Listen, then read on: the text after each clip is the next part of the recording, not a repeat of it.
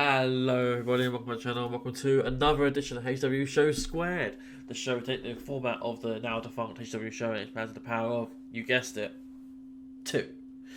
I'm host of these as always, Dan, DP, or as we all say around the back nowadays, DPZ, yeah. And I am joined, as always, by the co-host who's here the most, by the Tory Wilson to my Stacey Keebler. It's Mr. Impact Craig! How you doing? It's that M.I.C. Craig, aka Mr. Impact. I think I'll take that as a compliment. I mean, like, Tori Wilson was 100% my first ever wrestling crush, so I think that's a compliment. But I mean, take it how you want. It was meant to be more a political statement. Oh, okay. Just took that. Hey, I've been up about. Let's see how I've been awake for, shall we? I think I've been up about. Yeah, I've been up about hour and a half. So, still not Fair. all that. I've been up about 3 hours ish. To put it into perspective as well, me and Craig here have been talking for the last hour and a half ish about various things, including politics. Yeah, now we're here to talk about NXT for the first time today. This is the, of course, go-home show for NXT on the 2nd of July, which was Tuesday, obviously. We kick things off with no backstage stuff, no GM stuff, just a basic intro, and then straight into the street fight between Jada Parker and Mishin. Mishin's wearing the old school We Are NXT tank top with the original logo on NXT on her towel as well, which is hanging out in her back pocket. I love seeing that from her. Great little callback, and it's just fun to see the old NXT logo again. Of course, the match itself, Jada Parker wins with a running hip attack, which is her finisher. I'm not sure what she calls it. I rated it 4.25 stars. This was amazing. It was a great opener for NXT and a great street fight among all the street fights in WWE history. There's plenty of brutal moments and spots that, while it didn't make me wince, I can see how they make others wince. Mishin, or Mia as she's known now, knows how to do it to another level. Especially for stipulations. Jada also had a great showing. Despite being quite new to this whole wrestling thing, she's picking it up quicker than most probably give her credit for. But again, that could be because of Mishin, that could be because of stipulation, or it could be just Jada learning, or a mixture of all those combined. But honestly speaking, this is it's probably one of my favourite TV matches that I've seen to date. Fair. Very fair. Yeah, I loved it.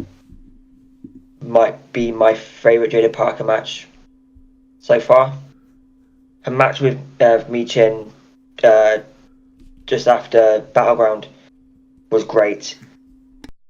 Add this street fight stipulation to it, mate. I mean it did kind of bug me. Nothing in the match, but it just the holy shit chance. Let's calm down a bit, shall we? Come on, people. Like, yes, some of them, yes, but just chill out a bit. Jeez, it's very low bar for those things. Holy.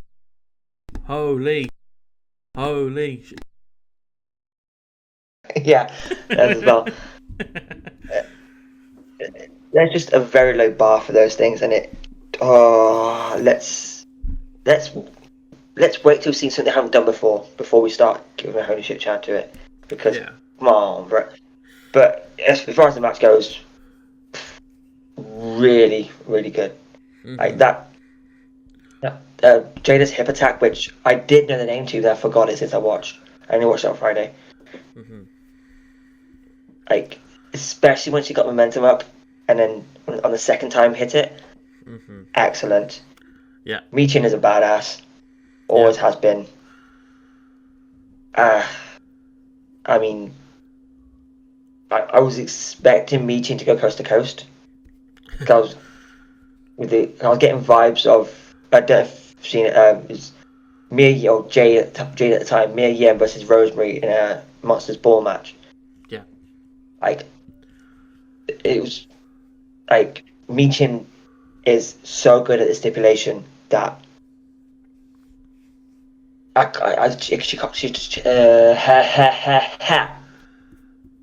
she doesn't put a foot wrong. Yes. And Jade Parker is one of the rising stars in the women's division right now. Yeah, absolutely.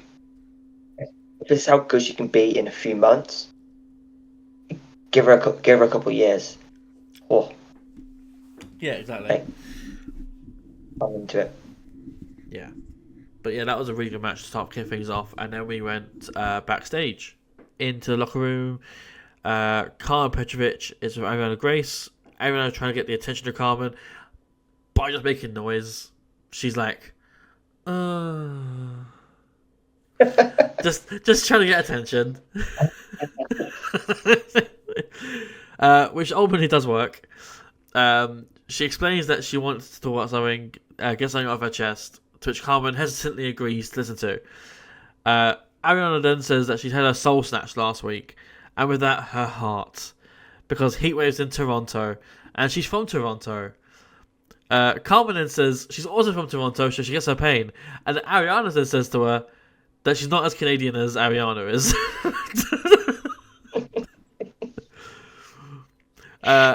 In come JC and Jasmine, who mock Carmen, and only Carmen, because Ariana then declares she's not with Carmen. Carmen then offers a fight, and then JC and Jasmine back out of it. Ariana is fucking gold.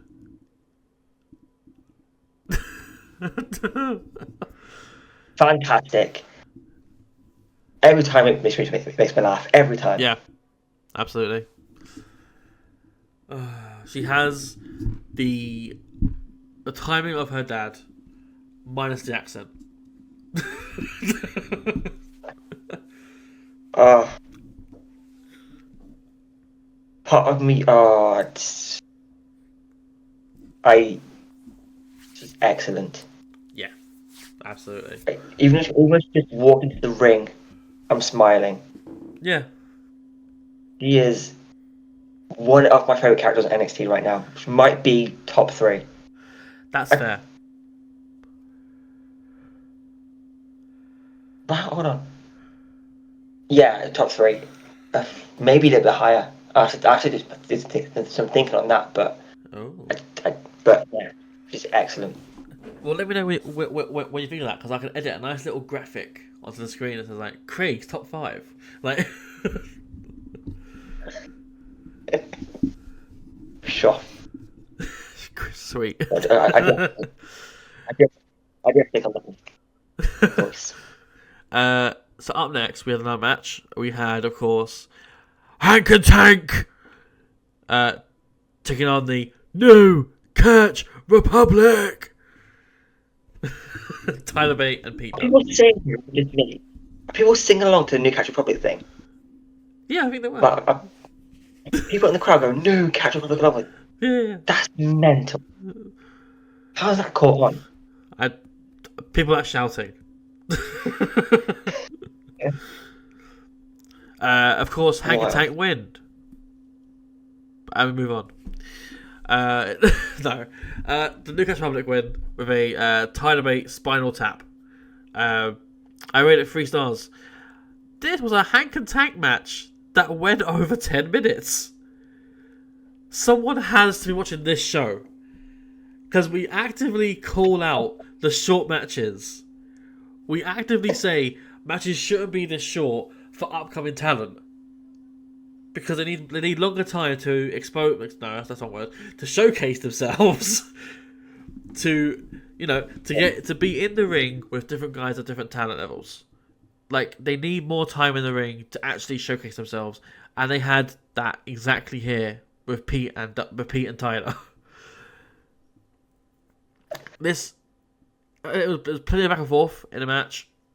It wasn't particularly great or anything like that, but it did enough, and was a chance for Hank Tank, as I keep saying, to showcase themselves.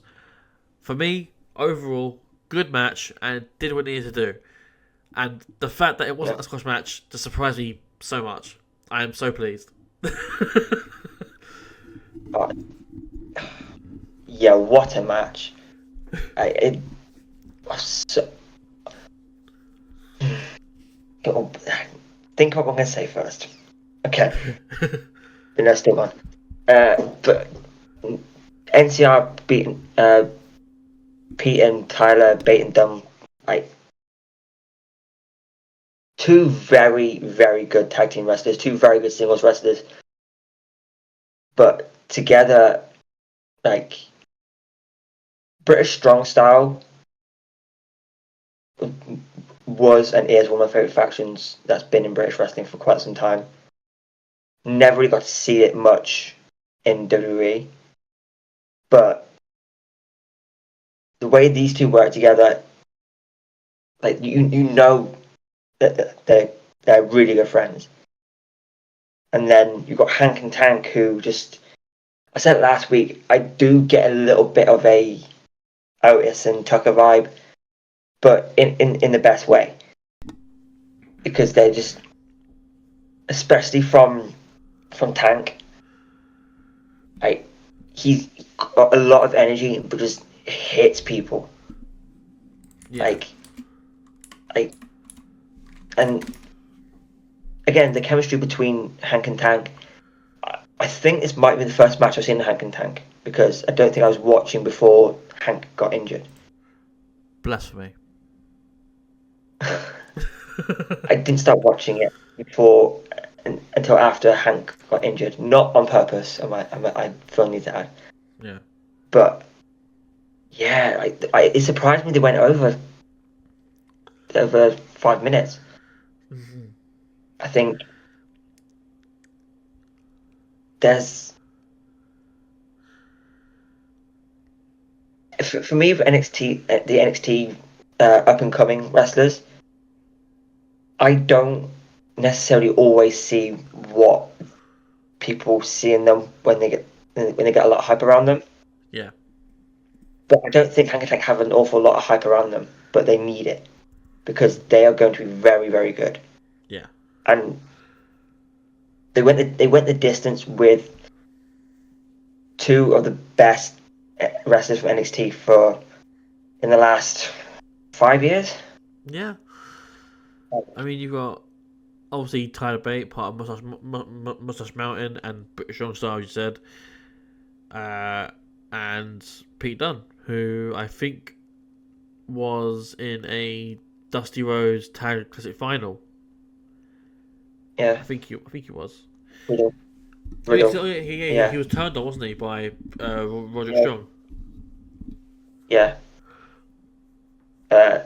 So Pete Dunne is he's the second longest reigning UK champion. Mm-hmm. He's former NXT tag team champion. Yep. Dusty Classic winner. And Possibly. like, yeah, he won. Yeah, because Dunne and Riddle won the Dusty Classic and then went on to win tag titles. Oh, that's right. Yeah, I forgot about Riddle. Yeah, they came down the golf cart with a trophy strapped to the back. That's right. Yeah. So Sure. just excellent. And Hank and Tank, more of that, please. But winning this time. Yeah. I get a vibe from Hank and Tank. And let me know if you agree. But they remind me, like, their gear as well reminds me of them. But WCW, Public Enemy. You know, I didn't until you just said it. Like, until you mentioned the gear and then WCW, thought, is he going to say Public Enemy here? Mm. Yeah, I get that. There's, I mean, again, I haven't seen a lot of them, Mm-hmm. but I know who they are, and I've seen matches you need to see. Yeah. But yeah, no, I get that. Yeah. No, It's I can just see that. it's just something I remember vaguely. I remember the gear, like with the weird shirts with the undershirts, and then and normally some sort of shorts or something like that. Like, but they have like these weird like logos on their gear. Like there's like big letters and stuff. Yeah, no. Well, what a callback, Public Enemy. Well, I'm learning. Um, no, so we move on. In an earlier tonight vignette, Robert Stone and Stevie Turner are with Oro Mensah as they intend to give us some good news and some bad news. The only problem with that is that they can't agree on who gets to give what news. So Stone strong arms his way into giving the good news, saying that Oro's got a match tonight with Miles Bourne, which is good news, I guess. And then he argues with Stevie again as to who gives the bad news, because she thinks it should be him and he thinks it should be her. And ultimately, Stevie does reveal it, saying that he won't be allowed at Heatwave due to his altercations with Ethan Page, which is also, I think, quite fair. yeah. But there's a little verbal scrap between Stone and Stevie that I'm enjoying here. I have to get a match out of this. I want to see this match. Like, the winner becomes Ava's assistant or whatever, and just Yeah. do something with this. I want to see this match because, like I said last week, Robert Stone does this very well. Yeah. Like because it's WWE. If they do Stevie versus Robbie E, from Stone, whatever, You like know it's gonna how? be comedic. Yeah. But Robert Stone can do that very well. Yeah, absolutely. So you know how in the WWE mainstream people are joking about how Liv Morgan's faced Rhea Ripley in a custody of dominant ladder match, Yeah. right? What if we do Robert Stone and Stevie Turner in a custody of Ava ladder match? Oh, We put Ava in a well, shark cage, suspend it above the ring, have Ava in the shark cage. then just as uh, Robert Stone's about to climb the ladder, out comes The Rock. And opens the cage. Oh, that'd be great to see Doc on NXT. It really would. Like, that'll be NXT's best episode ever. Yeah, The ratings. yeah. But it's just, why did the Robert Stone and Stevie Turner match get the highest rating of the show? What was that? This show had Roxanne Perez on it. Yeah, so good, so good. Very good. But no, so we move on now to the third match of the night, which is between Izzy Dame and Brindley Reese. Izzy wins with a Falcon Arrow kind of move. I'm not too sure if it was a Falcon Arrow. It looked like one. I rated it 1.5 stars. We're back to the NXT I'm familiar with. It's about 2.5 minutes here. Serve no real purpose other than to keep Tatum and her fixation on Izzy. Meanwhile, Brindley keeps showing promise, but short matches aren't going to cut it. She needs to have longer moments of exposure, and as for Izzy, almost the same problem. She needs more fine tuning, but for Izzy, hopefully stuff with Tatum will work out and help Izzy. But I can't help but feel like Brindley's in some sort of weird limbo. Yeah, it's not the best position to be in, really. get it. It's still she still is relatively new, but at the same time, she's on TV a lot, more so than some other people who've been there a little bit longer. I mean, as far as Izzy Dame goes, like, when Kiana James left, I was a bit worried for her. Yeah. Because that whole thing just really got started, and then kind of gets called to the main roster. I mean, if the rumors / spoilers I've seen are true, then Izzy Dame might be getting some gold before too long. Oh, challenging for some gold in the next week. I have seen no spoilers of that sort whatsoever, so I have no idea what you're referring to, but I can guess. Yeah. But, yeah. I have no real opinion on this match because there's nothing that really happened minus the Tate and Paxley thing. Like, I don't hate when they do stuff like this because I get it. It's not, they're not doing it just for like fan opinion and stuff and for podcast or whatever. But Yeah. when they do stuff like that, it doesn't really do a lot content wise for anyone. No, not really. No. Because you can basically post an entire match on X, and if you can do that, it's probably not going to be the greatest of matches. No. It's just, I don't know. It's a weird situation there right now, and they're doing something with Tate and Paxley as well, which might work out. I don't know. But we'll see, I guess. All we can do. Yeah. So we move on now to the classroom. It's Chase U. It's a lesson about Canada because they're in Toronto.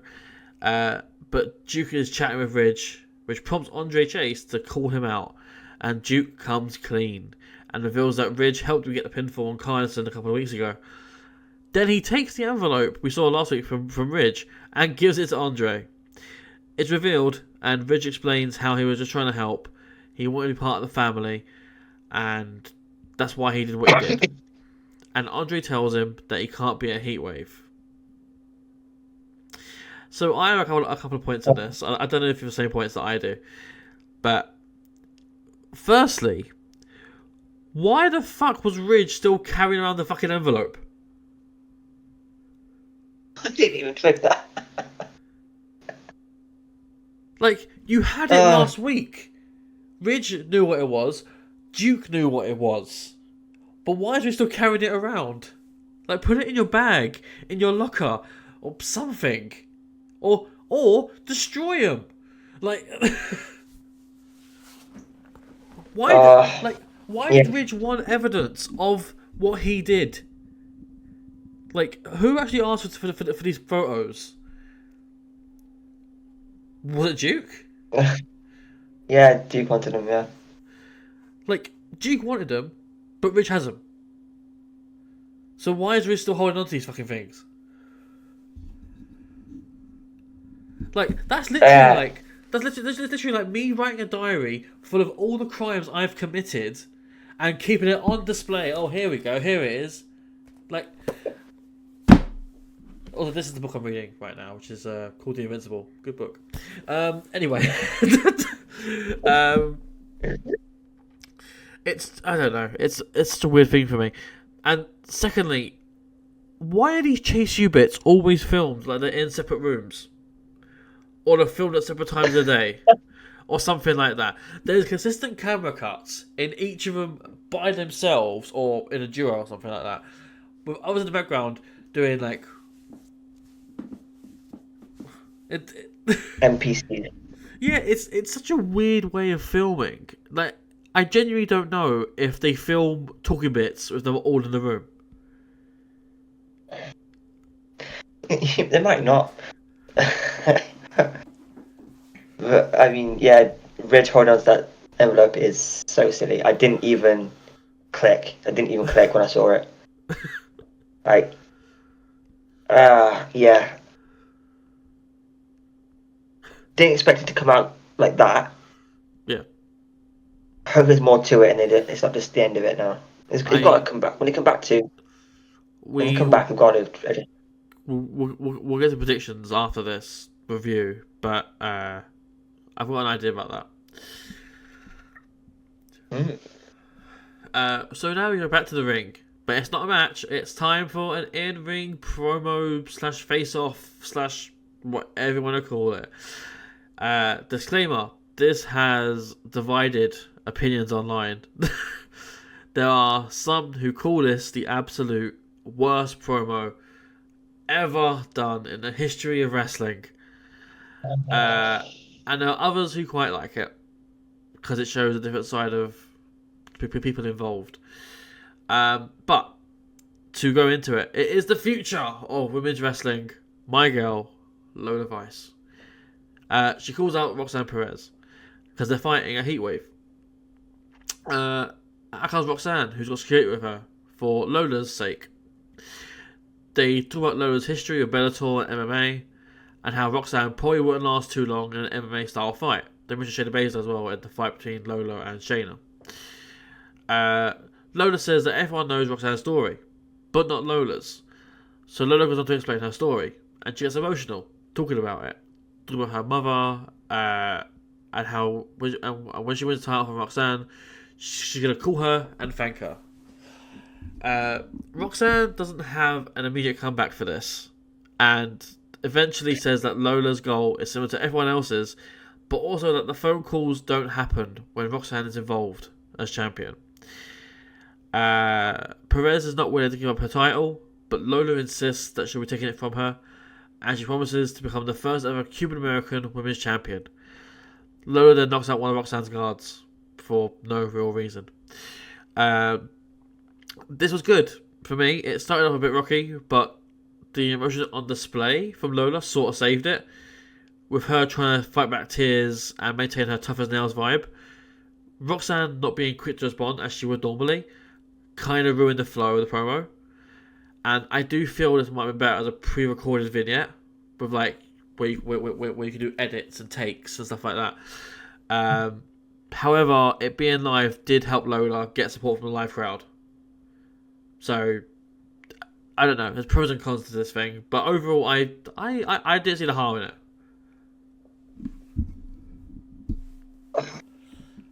What side of the fence what side of the fence you sit on, Craig?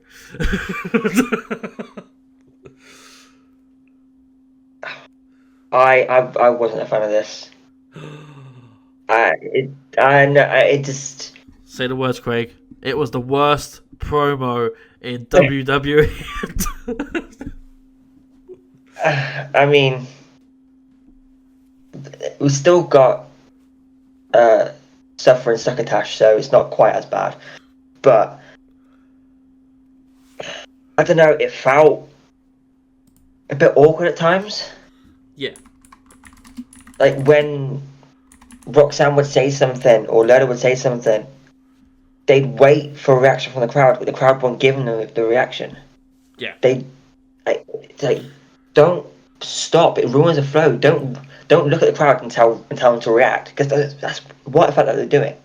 Yeah. They stopped to tell the crowd to react even without saying anything, and you can't make that happen. It has to happen naturally. Yeah. Then, yeah, they're getting emotional. I get it, but that wasn't, the crowd weren't that hot when it came for that promo. So bringing that up again, it just didn't flow naturally for me. No, it didn't. And waiting for the crowd's reaction. I can't remember the exact line, but there's a line that Roxanne says, and it's like she's waiting for a reaction from the crowd. Yeah. She says it's near the beginning of the promo. She says a line, and she pauses to wait for a crowd reaction that never happens. And then she continues, shaken, because she she got like hearing nothing is quite demoralizing for your promo, Yeah. and I don't think she's used to that. No, I mean, I noticed this happened a couple of times since she won the title. Yeah, Like, I think her first promo back as champion felt a little bit like that. She got on side eventually, but like a little bit was silent and awkward at the start. yeah, And if a promo doesn't flow, it just ruins it. I agree. I didn't think that, but I agree with you. It should maybe have been an interview segment backstage, yeah. like in a dark room, and just sat in director chairs, and just someone in the middle mediating it. That would have made a bit more sense, but I didn't like the promo. It felt awkward. Yeah. It felt, like I said, it just didn't flow naturally. That's fair. I think it might go a bit better if Lola had said something along the following lines. And I wrote this down just here because I wanted to give an example of a better promo that could have been used. But look at you. You're just so full of yourself now. Actually, you're full of something else. You are a snivelling little suck-up sellout full of suffering succotash, son. Oh dear. So no, I'll do it in a slow way, sorry.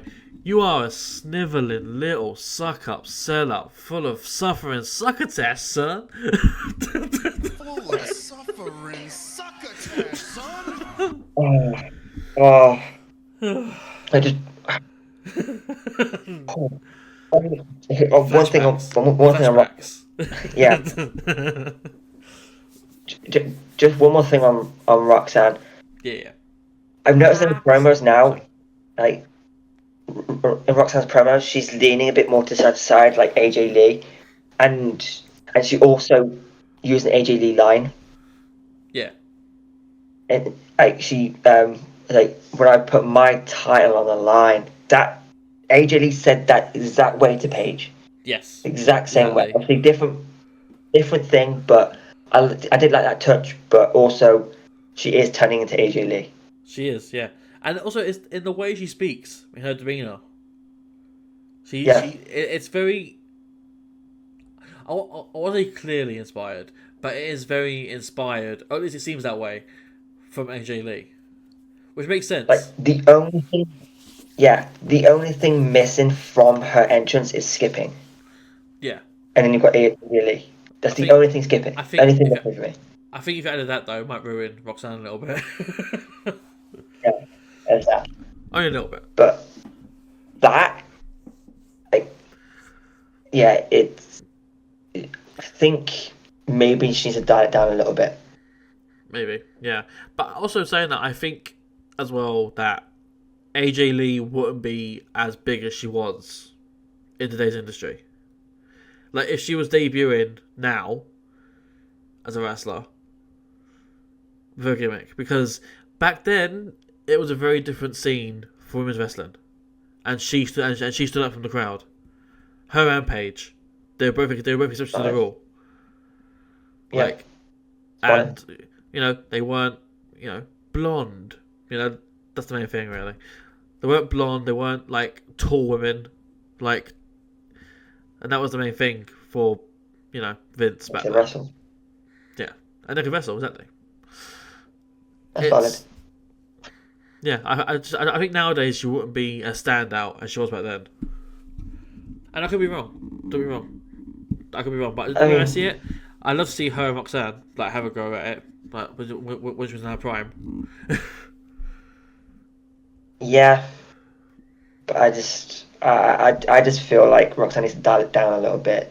It's become a little too AJ Lee light for me. Yeah. Not a fan. When you can clearly see an influence, like, I'm not a fan of it. That's fair. Yeah. The odd move here and there, fine. But it's not for me, really. That's fair enough. So we go backstage to the locker room again. The new NQCC with Tavian Heights. are preparing for a match against Oro Mensah. Well, we're preparing Miles Bourne for the match against Oro Mensah. When Damon Kemp comes in with a set of brass knuckles and suggests that Miles uses them. However, Charlie wants no part of that. Cool. No, he wants to keep it fair. He wants to be, a good old professional wrestler. But I mean, he certainly crossed the line this week. Certainly crossed the line. Yeah. And now, yeah. It's, Also, when we get into predictions, like I've got a big prediction for when we get into it. Okay. Also, just a side thing as well, I wanted to mention as well. I like the touch that Charlie disregarded the brass knucks, which is famously what his dad used a lot. That's all. Yeah. Yeah, it's a nice thing. Yeah, I did enjoy that. Again, backstage in the segment from last week, Eddie Thorpe is a DJ now, and he's been DJing and showcasing that to various people backstage. Sweet. In comes Lexis King, who claims that classic rock is what people love. Big riffs, guitar solos, and big hair, etc., etc. Lexis and Eddie get into a small argument about music before Lexis walks off. That was Eddie Thorpe. Yeah. I genuinely didn't know who that was.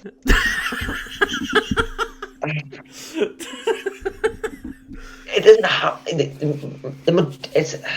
I get it. They're coming through. They're learning all that good stuff. But a lot of the NXT, not so much the stars, but the people who are just coming through, have very generic looks. Yeah. And I struggled, particularly in the women's division, I struggled to pick out who's who sometimes. Well, Eddie Thorpe's But not I didn't a know. woman. I know. Hey, it's 2024. He can be what he wants to be. But he looked like maybe I wasn't paying attention. I don't know. What was I doing? It might have. Okay, I might have been uploading the video, so I may not have paid much attention to it. Plus, it's Lexus King. I just zone out when that happens. Plug. Okay, but I didn't know it was Eddie Thorpe. I saw the DJ bit, but I didn't know it was Eddie Thorpe. Yeah, so apparently he's now cool. a DJ, and then he went to an argument with Lexis King about music. Cool.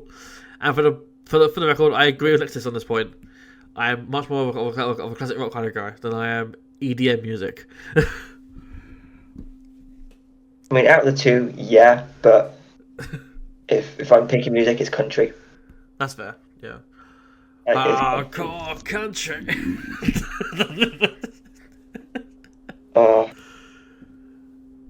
Bit of Luke Combs. Yeah. We move on. In the ring, next match of the night, Miles Bourne and Oro Mensah. Oro wins with a high velocity cartwheel kick into the corner. Same move that he used like 5 times before in the same match and didn't pin him with it. But he did it here and it was a finisher. So, yeah. I rated 2 3/4, to be fair. It was decent, just not anything special, but also nothing bad. There was no easy miscommunications or anything like that, so these two just seemed to gel quite well to do a good enough job. Oro's always been good, and Miles is getting better. Other than that, I don't really have any more notes on this match. It was just sort of, it was there, but it was good. Yeah, pretty much the same. I mean, I was more... Cause I forgot that NXT was on Tuesday because I watch it on Friday. Yeah. And I watch it after I watch TNA. So like I was expecting a mention of Charlie Dempsey popping up.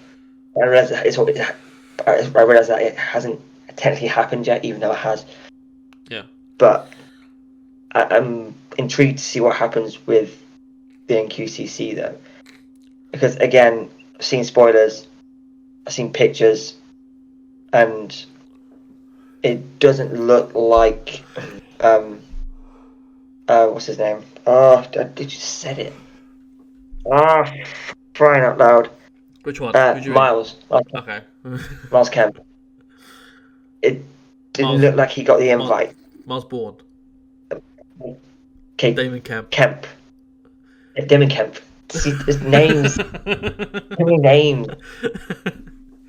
Yeah. Miles Kemp. No, I just said Damon Kemp for crying out loud. Oh, I'm too tired. This is staying in, For Nate. staying in. This Yeah. is staying in.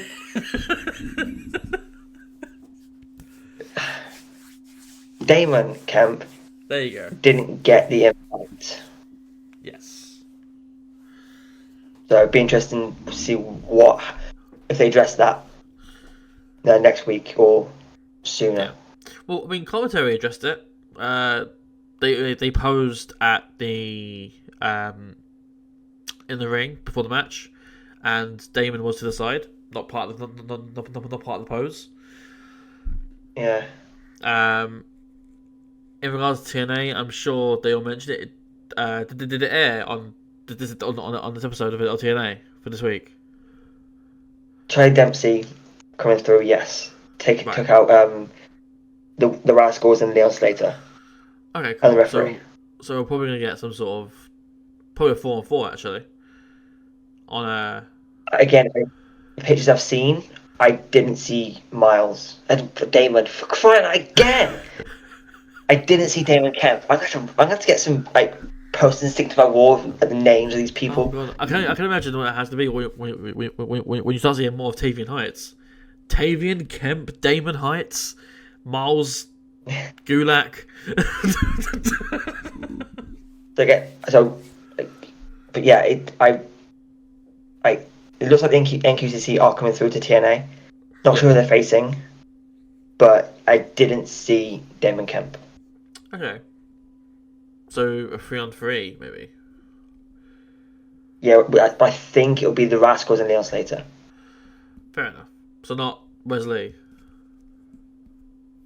I wish, but I all I know is that I didn't read them all, but the spoilers the headlines of the spoilers were 4 stars from NXT crossed the line. I know 3 of them, and I'm pretty sure I saw the 4th as well. Right. Okay. But Wesley wasn't near there. But we'll get into that on the predictions. Yeah. Yeah, I've got some. Okay. So, backstage, another fight breaks out between Gallus and Tyson DuPont and Tyreek Eggway. Cool. Backstage, Edge and Malik are trying to cheer up Brindley, who's not feeling too great after a loss to Izzy. But Edge accidentally says the wrong thing, and Brindley's not happy. And Brindley picks up that she thinks that they might want to leave her. To which she says, "If you want to leave without me, that's fine." But she's gonna go work out, and they're welcome to join her if they want. And that's all that happened there. It was quite sad, I guess. Yeah. But anyway, we go back to the ring now for next match tonight. We had Carly Bright with her friend, who I remember her name now, Kendall Gray. It was on the screen. Taking on Wendy Chu. Wendy submits Carly with a Cobra Clutch and Body Super submission hold sort of thing. I rated it 1.5 stars. This is gonna be a mini rant here. So I don't get it. Why should I, as a fan, be invested in Carly Bright? Because other than I used to be an athlete, or I used to be a runner, or a cheerleader, or something like that, or I came from a sporting background, we know nothing about her. Like, we know nothing about her background other than literally that. And whoever this Kindle person is, we don't know about her either. Also, why is she in a feud with Wendy Chu? Like, why is Wendy picking on this new person? I don't get it. And if someone out there in the ether, or you, Craig, or anyone can offer some sort of explanation or enlighten me as to why Carly Bright is the one who's been chosen to go up against Wendy Chu. And these are 5-minute matches, by the way, or sorry, just short of 5 minutes. Like, these aren't just squash matches. Not a clue. Again, I literally don't know. Other than, no, I don't know. I have no real opinion on this because it's confusing. I don't. Literally, all I've seen that might about this storyline is that Kelly might want to manage Carly Bright. What? That's literally the only thing. Yeah, Kelly tweeted that a scene of Carly Bright needs any help. Right. Yeah, that's literally the only thing I've seen about this. Right. Don't know why it keeps. I don't get any of it. Okay. I like weird. I like Wendy Chu, but like I said, I like this version of Wendy Chu, but why is this happening? I don't know. So we move on to commentary, and they transition us to a vignette with Shawn Michaels. Shawn talks about Brooks Jensen. They show a bunch of clips and videos of incidents that have taken place. Shawn reveals that Brooks was asked to take a sabbatical to get himself straight, to get himself right. However, that didn't work out, and Brooks has started appearing on TV shows. Shawn then explains that he's inviting Brooks to sit down with Ava to discuss everything. So at least now they're addressing the Brooks situation, and not like ignore it. Yeah. Do WWE and just like put your blinders on. Yeah, just a censor bar. Just Yeah. But no, I don't know. Interesting. Yeah. See what happens. Absolutely. And your main event match, which sounds weird saying it, but your main event match is a singles match between Jasmine Nix and Carmen Petrovic. Jasmine wins with the Pele kick. I rated it 1 3/4 stars. I guess it was fine. It was another 3-minute match, which ultimately served to do nothing. JC and Jasmine have a good enough look for them, but no real substance other than they're mean girls. As for Carmen, since Natalya left, she has sort of nothing. She's not done much. She can wield a sword and swing a sword, and that's about it. It's a weird sort of limbo for all these women involved. And where was Fallon Henley in all this? Is she not affiliated anymore with JC and Jasmine? Is that a separate thing now for her, or it's a weird? I mean, she was watching on, but it's a weird limbo. yeah, I think I get the names right this time, for crying out loud. Damon Kemp.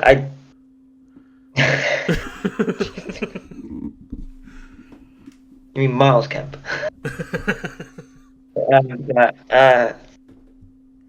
I like Jasmine Nix. I think there's a lot they can do there. JC, again, yeah, it is the mean girl thing, but JC can do that well. Yeah. We know she can.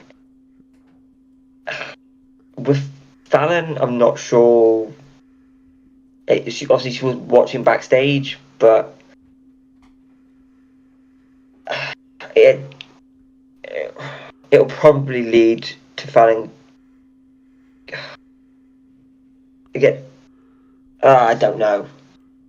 The thing, and it sounds so cruel or unnecessary, but could this be so insignificant to NXT in general that we can't put together some sort of idea for why they're booked the way they're being booked.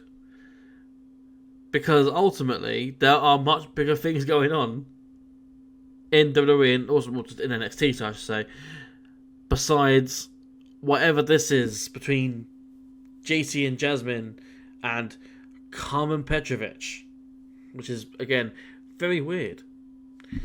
Yeah. Carmen's best showing was a promo with Ariana Grace backstage. Like, and she had a match on this show. Yeah. It's only really just gotten started, so I'm willing to give it some time, but but the minute I can't see where this is going. But yeah, I mean, you say she started, but JC and Jasmine have been around since they turned on Thea. And that was about a month ago, 2 months ago, maybe a month and a half ago, maybe something like that. For Mania. So. Okay. Yeah, it's been bad for a little bit, and they're just sort of doing not much because of JC's face injury. But now she got the mask, so I'm assuming she can wrestle again. I don't know. But yeah, I don't know. It's very, like I said, it's a weird limbo for these women in their booking. Very weird. We move on now. Backstage, Action and Nathan Frazier have further disagreements about whether or not they should be focusing on tag action or single action, because they're talking about strategy, but Nathan's talking about his natural speed with Xavier Woods rather than the tag title match against Chase U at Heatwave. Action was getting visibly annoyed by this. Meanwhile, Nathan's trying to calm him down, but ultimately, Nathan's head is not in the right space for a tag title match. No. And I think that'll play a factor in the match itself. But we'll get to that when we get to that. Interesting. For the first time in this show, we see Ava. She's back. She's in her office though. Carmen comes in and she wants JC and Jasmine. And thankfully, Ava says that Carmen's friend has already gotten in touch with Ava to set up a match. So a tag match for the kickoff show at Heatwave. And Carmen's like, "Oh, where's Natty? I don't see Natty again." And then Ava's like, "Nope, not Natty." And then in comes Ariana Grace. She's changed her tune. She now wants to be friends with Carmen because she can get on Heatwave.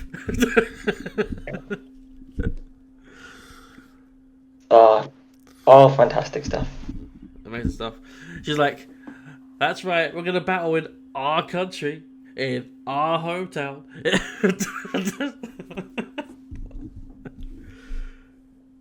Oh, yes. She's so fantastic. And now, after that, it's time for your actual main event, which is the NXT title contract signing. For the record, I absolutely despise contract signings. Like, just do it backstage. You gotta have, like, tables set out and everyone involved in the match doing an in-ring thing. Like, it's a wrestling show. Like, just have it off screen. You're signing a fucking contract. Like, what more is there to it? Oh, paper. Here you go. Sign it. Okay, sweet. Cool. You, sign it. There you go. Done. Like, that's the extent of what it should be. Like, and not all this drawn out bullshit. Yeah. I don't mind them, but this one I didn't like. So, it's the contract signing between champion Trick Williams, Ethan Page, Shawn Spears, and Javon Evans. Williams says that he knows all three of us are going to be bringing it in Toronto, but the fans are going to be chanting "Whoop that trick," whatever. Ethan's like that he loves what he sees, he loves the swagger, but he saw it at Battleground and knows that knows what he's got to do now to beat him at Heatwave. Trick then promises he's going to win. With Shawn Spears now coming in saying he loves the emotion on display here, and that emotion is going to bring Spears the title. Cool, because he got him a win last week, even though the win was caused by Brooks Jensen, but no one's remembering that bit. Javon Evans then mocks Shawn Spears, who called him out for being young. Sweet. It talks about how Evans signs the company, and Shawn talks about how Evans is his first major PLE. Shawn then signs the contract and hands it off to Evans before Evans promises to win the title. Shawn, who's talking way too much at this point, just shrugs that off and hands Trick the contract. Page then takes it away and signs it himself. The Trick says it's everyone for themselves, we're one for all and all for one and all that, and praises Javon Evans, but promises that no one can take the title from Trick.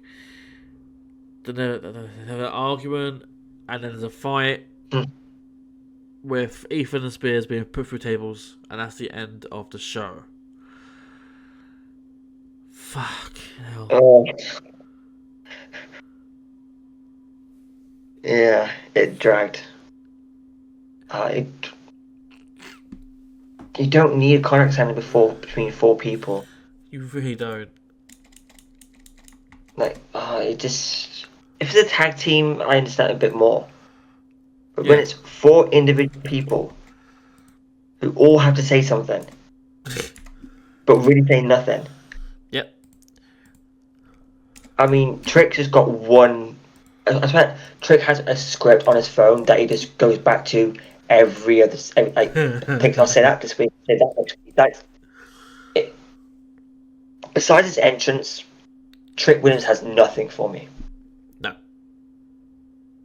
Ethan Page is the only one who can really talk in this lineup. Javon doesn't look like he should be in that position just yet. And that's nothing on him, he's fantastic. Yeah. But really, 4 or 5 matches in and you're in the main event for the NXT title? Yep. Bear in mind, he lost to Shawn Spears as well. Yeah. I lost to Ethan Page. Yeah. I mean, we'll get more. I'm sure we'll get more detail when we did the predictions and stuff. But yeah. I don't care. Like, this 4-way has been built in such a weird way, and you can only go so far with something like this. And having a 4-way contract signing is not the way to go with 2 guys who can't even talk that well. Like, and again, that's not a slight on Javon or a slight on Trick. They're both very young guys at the starts of their careers. Well, not Trick as much, but Javon definitely. And Trick's got a bit more experience, but not as much. Like, Ethan and Shawn have got so much experience. But why is Shawn talking like he's looking for life's new meaning? Like he's looking for something beyond the veil? Like Ethan's the only one who talks with actual emotion. Yeah. And Ethan's the only one who I believed talking here. And yeah, it's such a weird place they're in with this feud, and I want it to be over. Like post Heatwave, I want no more of this fucking feud. I don't want to see Shawn Spears, Javon Evans, and Trick Williams anywhere near the title. No, just give the title to Ethan Page and then draw a line under it. Yeah. That, In fact, for me, that's the best outcome. In fact, hand it off to Ethan Page now and don't do much at all. Yeah. This is not going to be fun, is it? No. It might be, but. And it's gonna be you never the know. main event. Yeah. I have Again. very, very little aspirations for this. Like, for me, in general, it's the card for me as well. Yeah. Like, I guess we can get that, but not excited for this one. No, I'm not. It's not good. But no. So let's bring an end to the predictions side of things. The review side of things. Sorry. So now we will go into the actual predictions for Heatwave. This is a mini preview of sorts. With, I believe it's 6 matches that have been announced. I am just currently flooding them into our DMs here, so I can look at them myself on the screen.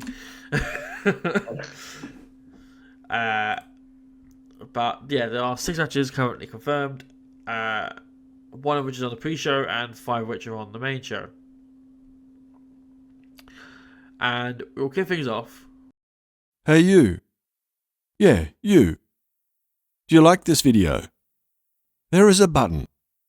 It's a very sexy button. It says subscribe on it. I wish I could click on it, but YouTube won't let me. Damn fuckers. With the pre-show match, which is a tag match between Ariana Grace and Karen Petrovich against Jessie Jane and Jasmine Nix.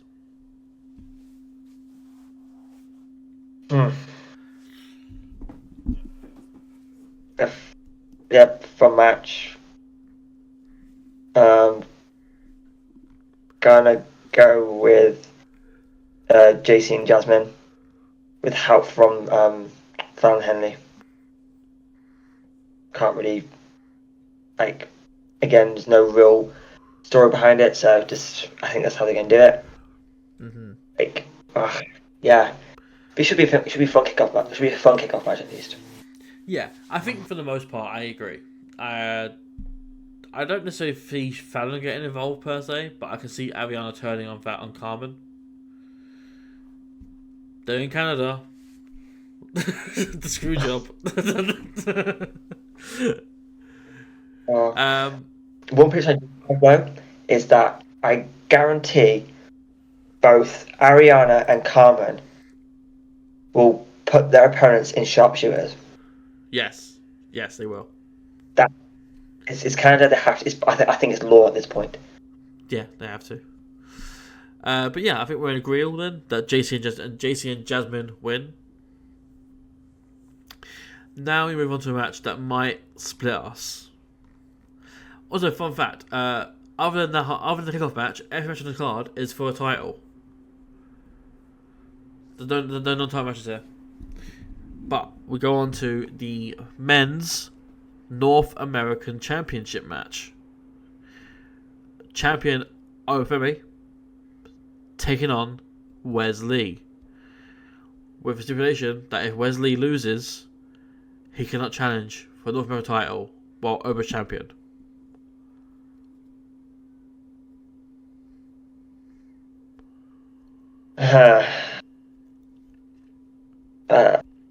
See, with that stipulation, so what I think might happen, and this is probably one of my biggest predictions, not necessarily for the match, but maybe it happens on a kickoff or something, I don't know.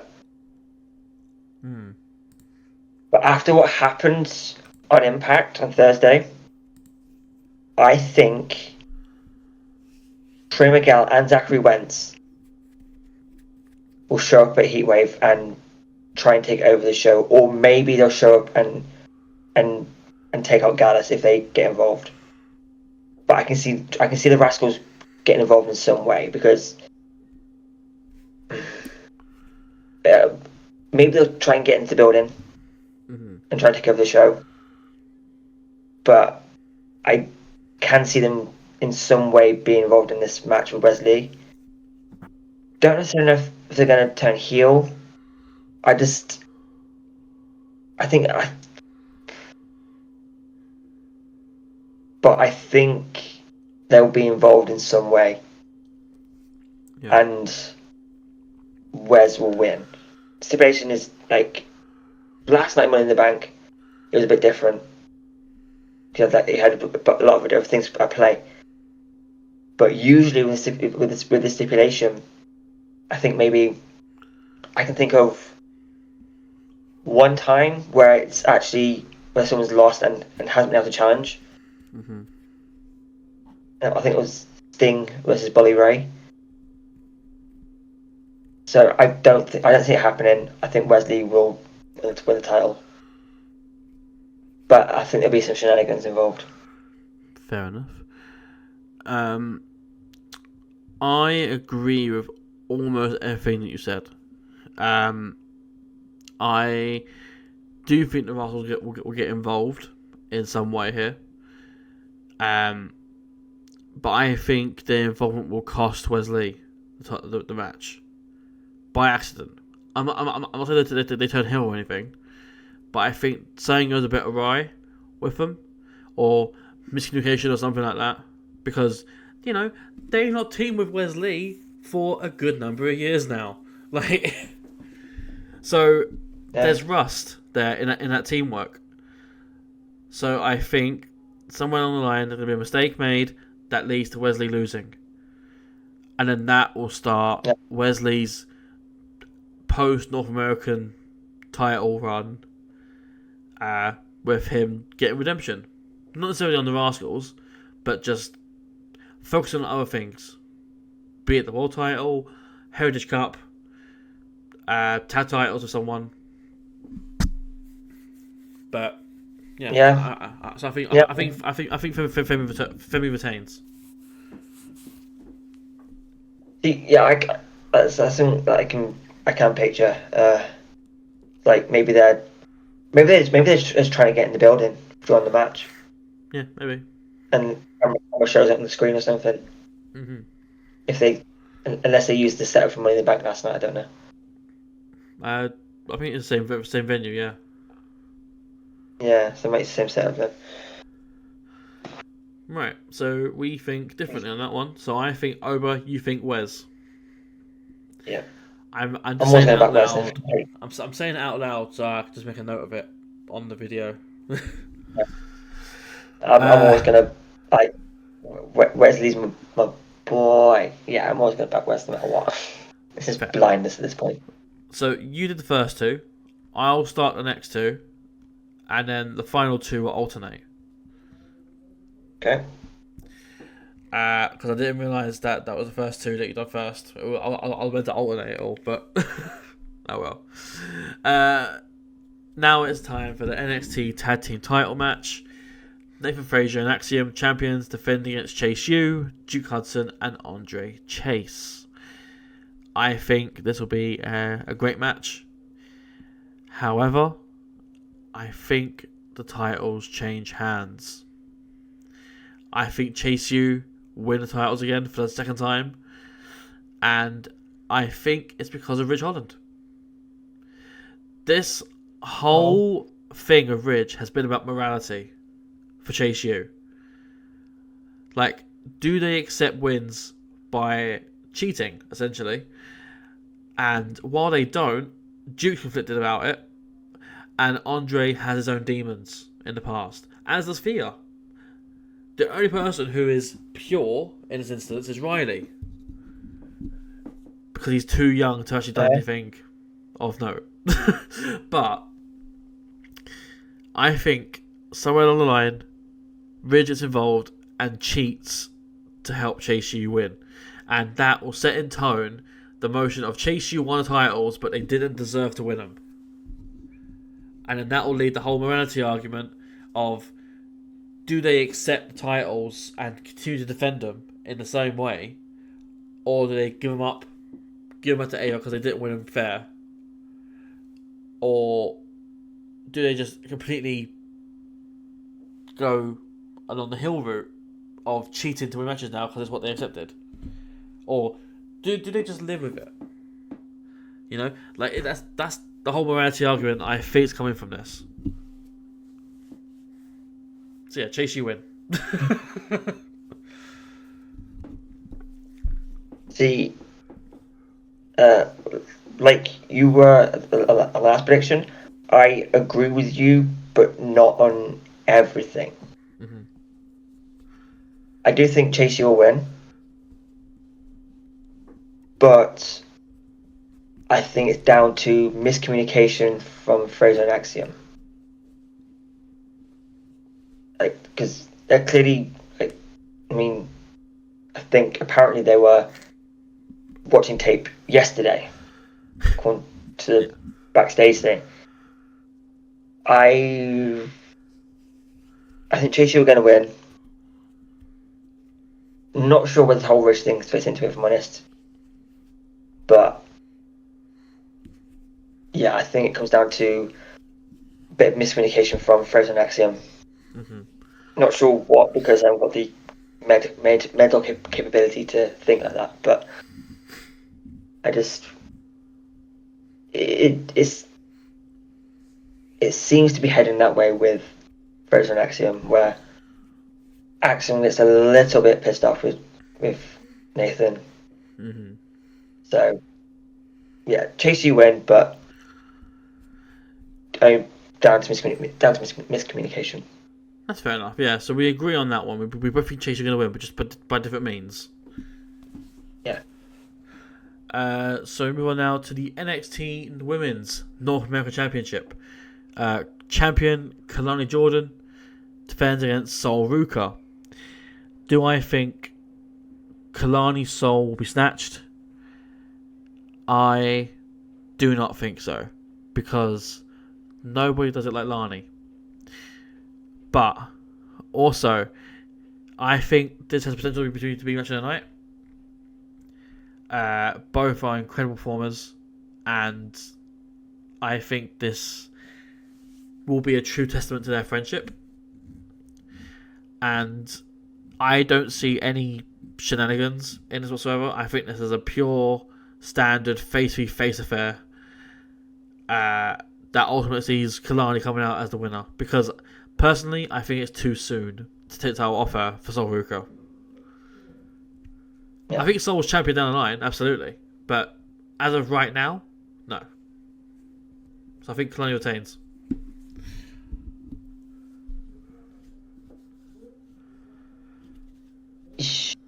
Yeah, I think I'm with you on that. Second title defense, they can't drop it. Like, honestly, I'm not that invested in this match. There's only 2 matches I'm invested in on this card, and we've already covered them. I really don't. I don't know what it is. I just don't. Yeah, I can't get invested in it. I think Kalani wins. Should be a good match. Hopefully they can turn me around. I'll certainly go into it wanting to be, but yeah, I think Kalani retains. Maybe Jasmine and JC get involved, but beyond that, yeah, Kalani to retain. Too soon. Fair enough. So we are in agreeal. Kalani Jordan will retain the title there. Move on now to the penultimate match. That'll be the one that you start with. For the NXT Women's Championship, Roxanne Perez defends against the future of women's wrestling, my girl, Lola Vice.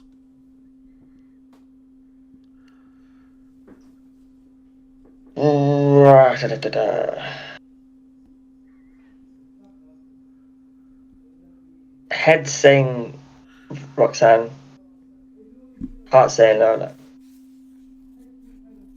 I just think Roxanne, like, her run has been good. Yeah. Like, I can't say it's been great because of some crowd reactions, but I think it's over. I can see Lola potentially becoming North American champion. But then again, I don't know. If it really comes down to, like, going to my head, I'm gonna say Roxanne Perez. Yeah, that's I think fair. Roxanne Perez retains. And for me, this is the toughest match to call. Every other match, I can justify it and have a reason that's clearly set out, and I can't really see it both ways. This match is a complete 50-50 for me. And it's so bizarre to say it because a few months ago, Lola Vice was not on the trajectory to be world champion. She was embroiled in a tag thing with Shayna Baszler and taking on Natalya and Carmen Petrovic, and it was like, okay, so where are you going to go from this now, Lola? And now she's in a main feud with Roxanne, and again, it's the same with me. My heart is telling me about Lola, but my brain is telling me Roxanne.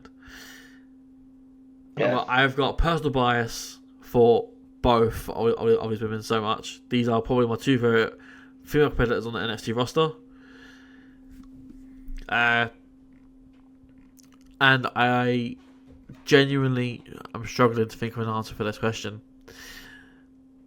But I think,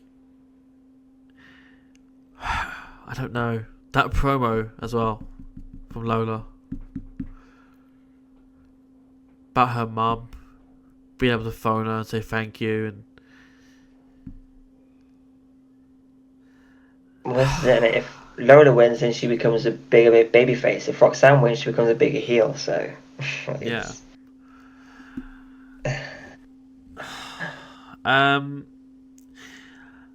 You know what? For the sake of predictions, I am going to go against what you think. I'm going to go Lola. Okay. I'm going to go Lola. I think pull the trigger, go with Lola. Yeah, I mean, flip a coin. Like, take your pick. it's one of them. Mm-hmm. Like, I legitimately, do like that. like I said with Kalani and Soul, has potential to be one of the matches of the night. I think this does too. This should be match of the night. Roxanne and Lola have two styles that I know mesh well because I've seen it between the two of them already. And you go back to Battleground. Like Lola and Shayna had what would have been match of the night had it not been for Roxanne and Jordan Grace. Exactly. Yeah. So, yeah, I'm with you. Mm-hmm. So we move on now to the final match. What I'm assuming is the main event for Heatwave, the Fatal 4-Way for the NXT Championship. We have champion Trick Williams taking on challengers Ethan Page, Shawn Spears, and Javon Evans. I'm starting on my. So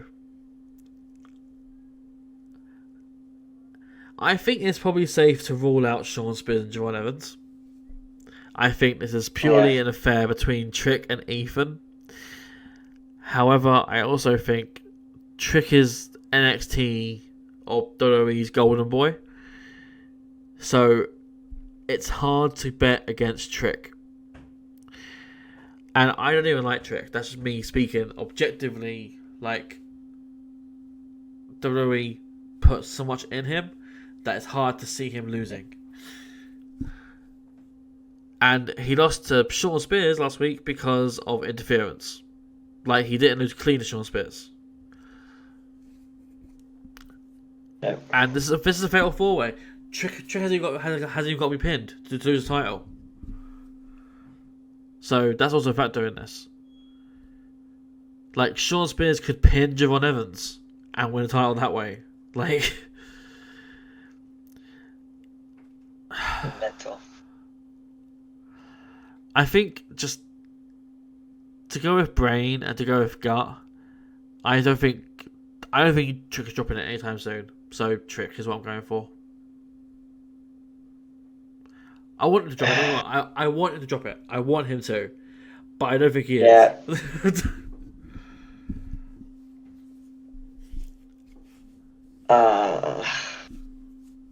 Yeah, it's gonna be Trick, isn't it? It's like I said, the only viable option in this match besides Trick is Ethan Page. Mm-hmm. And given that this is only what, third match in NXT, Yeah. I don't see them doing it. They should, because Ethan Page can go over 20 minutes and can talk and has more than just a few little phrases on a notes app or something. Yeah. Like, I mean, I think either way, I think it comes down to who pins Javon. Yeah. Either way, Spears is a no. Like, cool, he's back, but in that promo, like, you're talking about how, saying things like how basically been doing this for years and all that stuff. He's done nothing. Yeah. Like, what have you done? I think he might have won a couple of indie titles. Cool. Yeah. But again, not his fault. In AEW, WWE, not his fault. But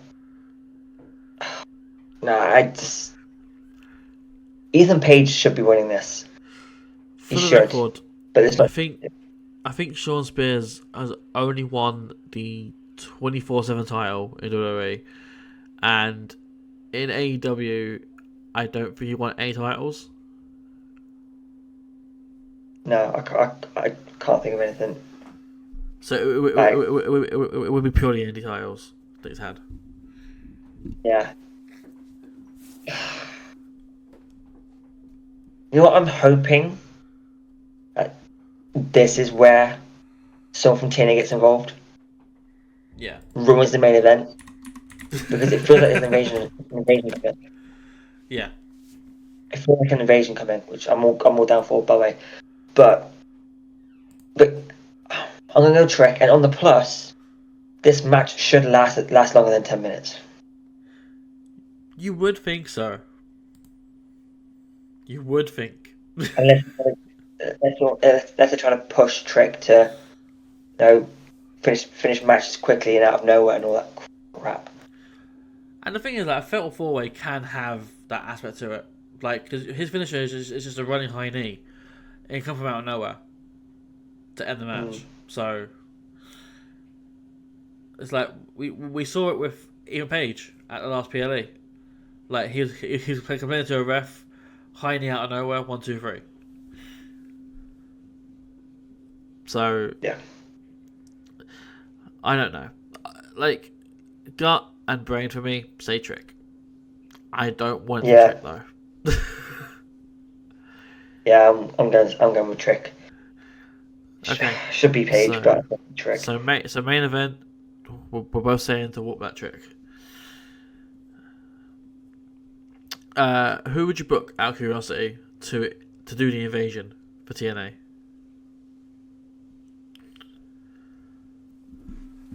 So I wouldn't send the system because they're heels. They don't see the point in that. And right again, the Rascals. That doesn't make much sense for me for the Rascals either. Oh,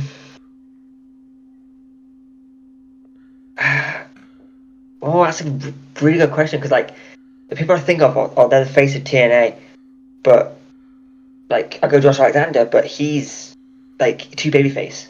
He wouldn't do that. How about Heath? And there's not there anymore. I don't know anymore. Long gone. Long gone. Ah, fair enough. No,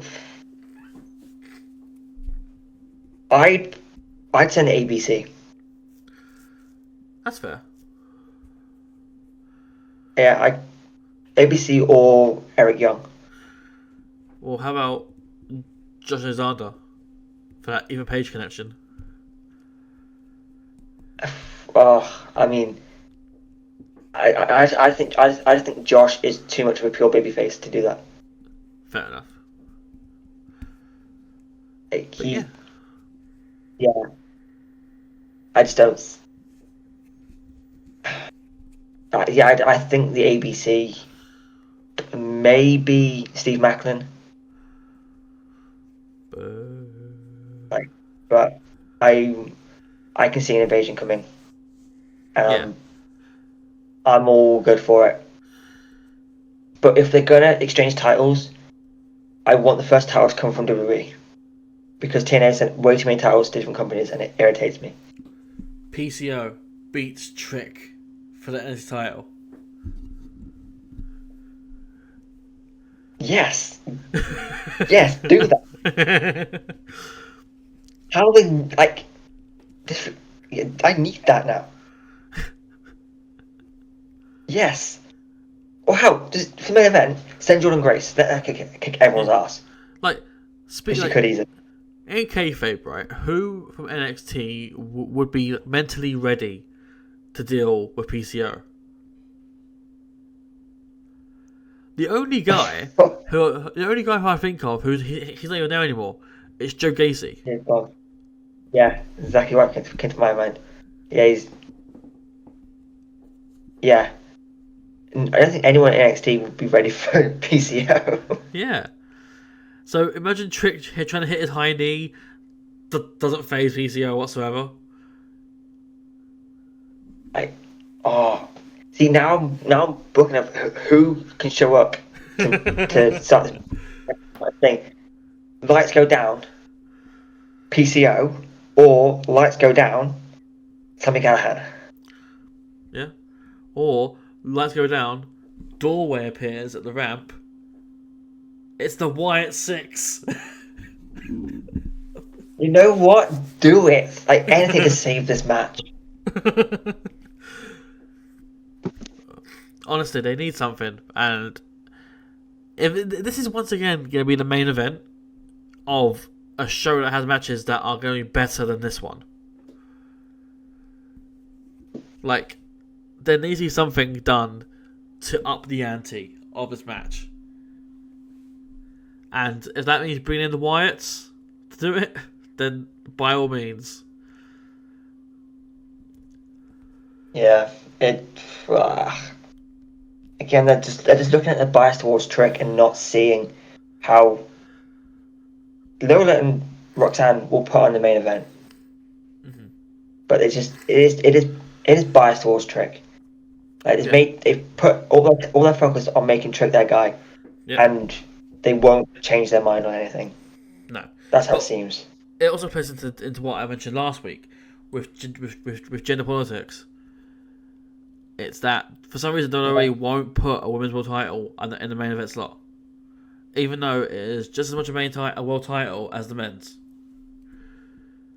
Yeah, like take the blinders off, get out of the tunnel vision, and look at your roster. Yeah, like you have some quality main eventers. Yeah, and Trick is not one of them. He's not. I find Trick dull. Yeah. Like I don't know why. I shouldn't, but I just do. Yeah. Like it turns out he needed Mello a lot more than he thought. Yeah. The thing is, he was fine when he was a henchman, a bodyguard, whatever. He was fine when he was the hype man for Carmelo. That was fine. It was like having a sidekick, you know, that repeats your catchphrase. You know? Like, Carmelo's like, that's what it is, and then Trick will be like, and that's all it's ever going to be, and it's like, yeah, it's cute, it connects. But now Trick's like a one-man solo band doing the entire phrase by himself. Like,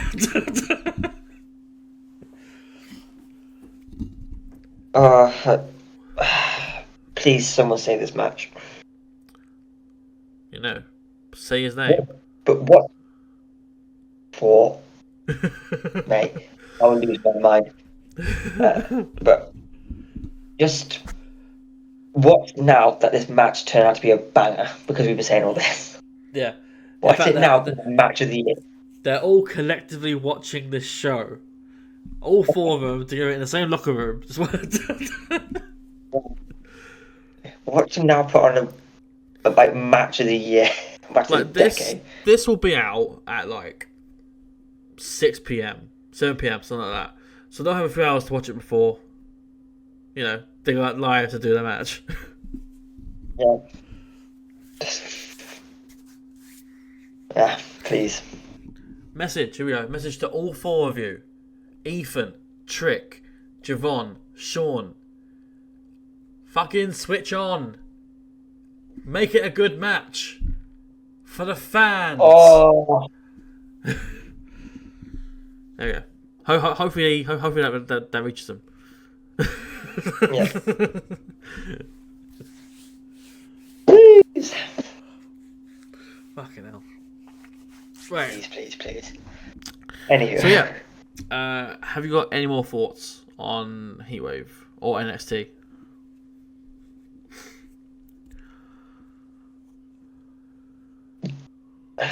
No, not really. No. Just that I'm about a 6 out of 10 for this card. What, in terms of how hyped you are? Yeah. That's fair. Yeah. I think I'm about a 7 or an 8, but the main event is what brings it down. Otherwise, I think it's a solid card. Like, the kickoff show won't be anything special. It'll be alright. And then the other matches got potential to be all matches of the night.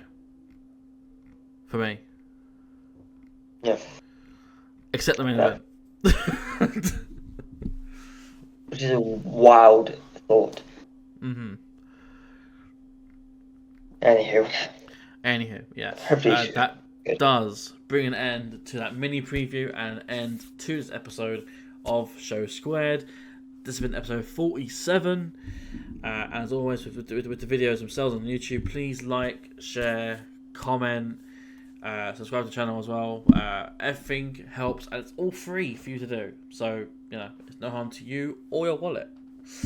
And of course, in our outlets, just beneath us here, so we have our Instagram, Facebook, our Twitter or X, and our Twitch, which we're no longer live on because it's easier to record them and not have to rely on the VOD service, actually saving the recording. And of course, as well, please do follow Craig on his outlets. His Twitter is just underneath his name, just there, Mr. Impact Craig on Twitter.